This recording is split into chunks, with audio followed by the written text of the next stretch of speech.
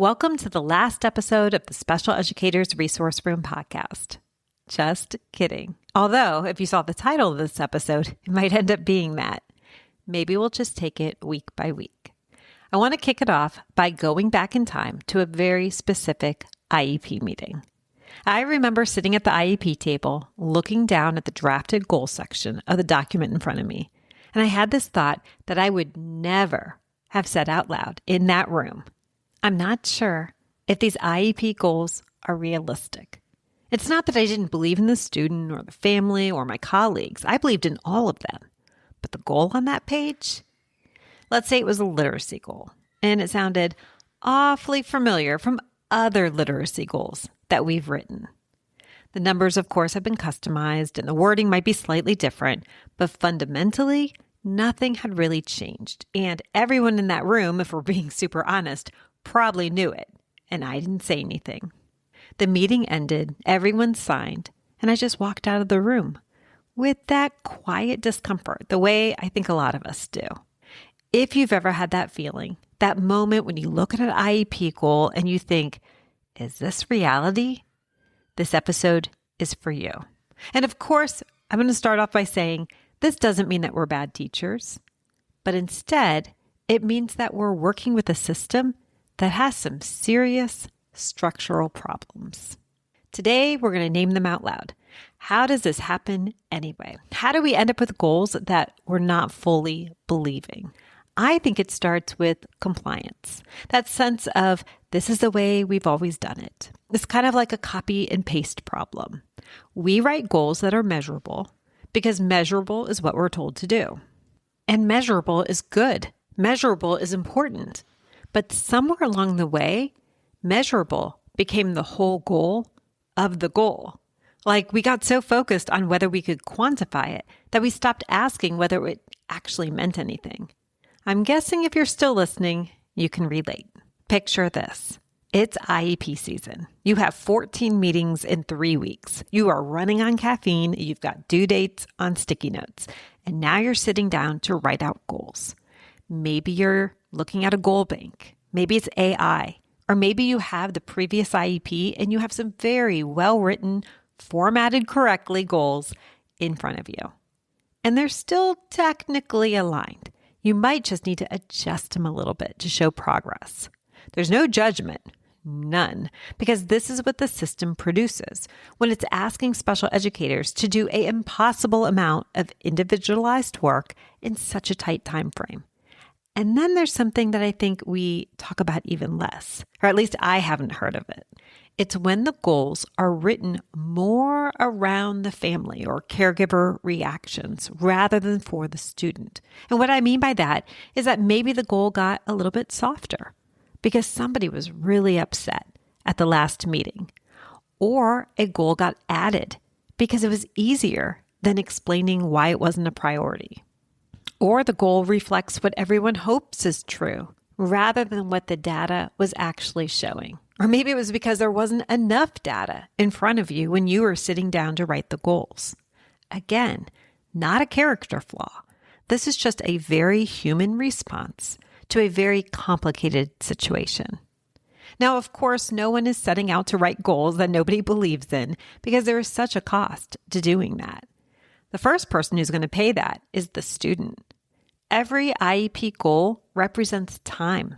It could be service minutes, instructional focus, and when the goal isn't real or aligned, that time doesn't disappear.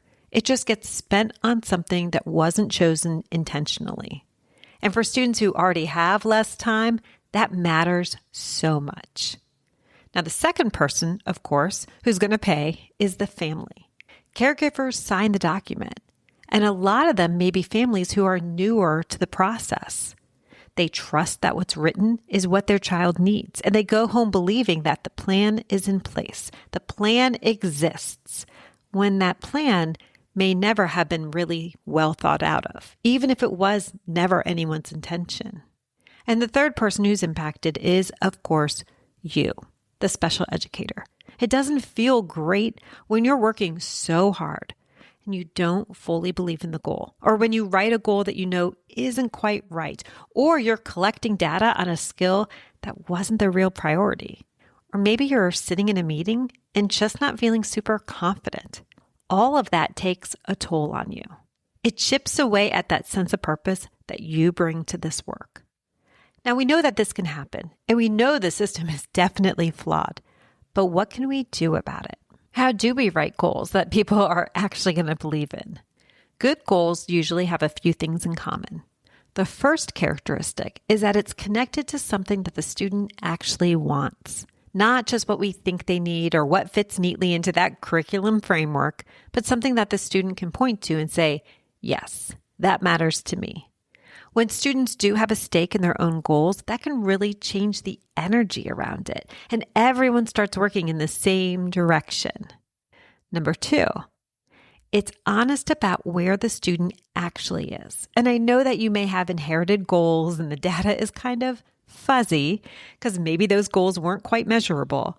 But to the best that we can do moving forward, we need to know where that student actually is. So writing a goal that reflects the student's current reality, not where we want them to be, not where they were 2 years ago, and where we need them to be for all of this to work out, but where they are right now. It says, I see this child clearly. The third characteristic of a well-written goal is that it's specific enough that everyone in the room knows what success looks like, not that vague, improve written expression goal that you're not even sure what that means.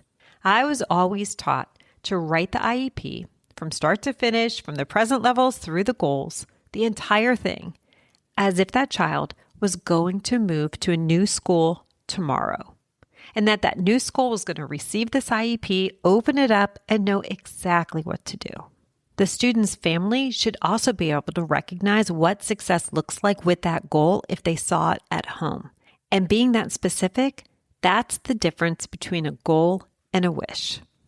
The fourth characteristic of a goal that everyone believes in is that it's written with the student, not just about them. And I know that is not always going to be possible, but we can look for ways to have students participate in some manner. When we leave students completely out of the conversation, we're making decisions about their future without them. So maybe it's not in place right now, but moving forward, is that something that could happen? I just shared those 4 characteristics, but I'm definitely not asking you to throw out every IEP you've ever inherited on your caseload and start over. And I'm not asking you to go into your next meeting and announce the system is broken. We already know that this system is imperfect.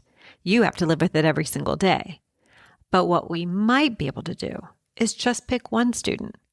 And before their next IEP, ask yourself, do I believe in this goal? Does it reflect who this child is and what they actually need? And if the answer is anything less than yes, I challenge you to say it out loud to your colleagues, to the IEP team, to the family. You shouldn't have to carry this all on your own. One goal, one student, one honest conversation. That's where it starts. You deserve that as much as your students do. Thank you so much for tuning in. I'm really curious to what you think about this episode. I'll catch you next time in the Special Educators Resource Room. Thanks so much for tuning in, and I'm dying to ask, what'd you think? Be sure to hit the follow or subscribe buttons so that you never miss an episode. You can find the show notes and links for everything mentioned in this episode at positivelylearningblog.com. See you next week for more special education solutions.